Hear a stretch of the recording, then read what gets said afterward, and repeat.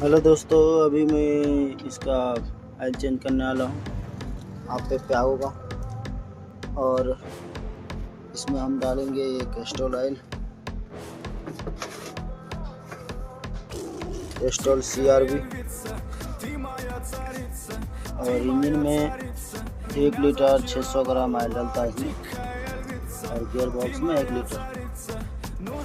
तो चलो अब मैं इसका ऑयल चेंज करता हूँ।